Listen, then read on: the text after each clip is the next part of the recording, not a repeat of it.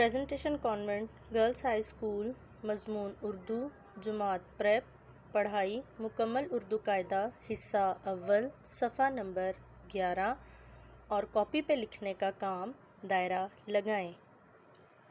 मेरे साथ अपना मुकम्मल उर्दू कायदा हिस्सा अव्वल सफ़ा नंबर 11 खोलें।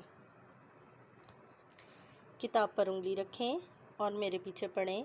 ब आ बा, प आ पा, त आ ता, ट आ टा, ज आ जा, च आ चा, ह आ हा, ख आ खा, द आ दा, ड आ डा, ज आ जा, र आ रा, ड़ आ ड़ा, ज आ जा, स आ सा, श आ शा, स आ सा, ज आ जा, त आ ता, ज आ जा, ग आ गा, फ आ फा, क आ का, क आ का, ग आ गा, ल आ ला, म आ मा, न आ ना, ह आ हा, अ आ आ।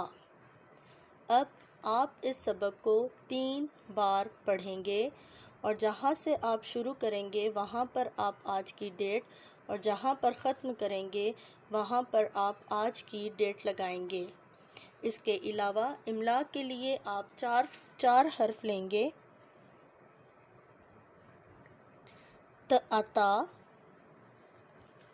क अका, म अमा और ह आ हा। आए अब मैं आपको इनकी लिखाई का तरीका बताती हूँ। मेरे साथ अपने रफ़ कॉपी खोलें। रफ़ कॉपी पर आप किस तरह से लिखाई करेंगे देखें। पहले आप रफ़ कॉपी पे प्रैक्टिस करेंगे। प्रैक्टिस करने के बाद आप अपनी नीट कॉपी पर ये इमला करेंगे। त आ ता लाइन को टच करते हुए फिर देखें त आ ता। त आ ता के बाद आप लिखेंगे क आ का। ये नुक्तों वाला क है। इसके लिए हमें छोटा सा गोला बनाकर देखें। जिस तरह हम ओ लिखते हैं वैसा, और ये ऊपर की तरफ जाएगा क आ का। इसके बाद हम लिखेंगे म आ मा, वैसे ही जिस तरह का आ का लिखा है। छोटा सा गोला लाइन के साथ टच करते हुए म आ मा।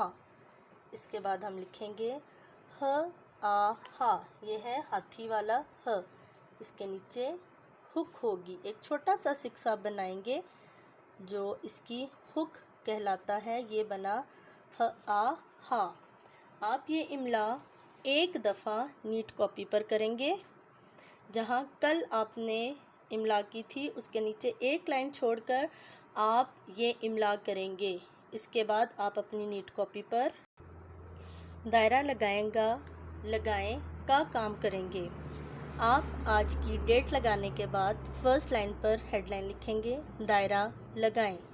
इसके बाद आप एक लाइन छोड़कर पहली लाइन में सेब बनाएंगे और दांतों वाला स और आँख वाला स लिखेंगे।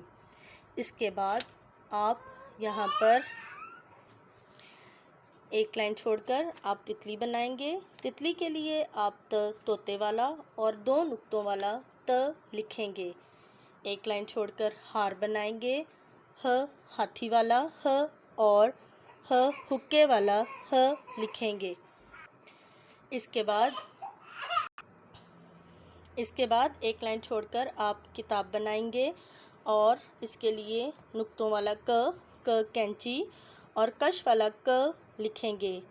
क किताब। अब आप अपने हरूफ की पहचान करेंगे तस्वीर के साथ।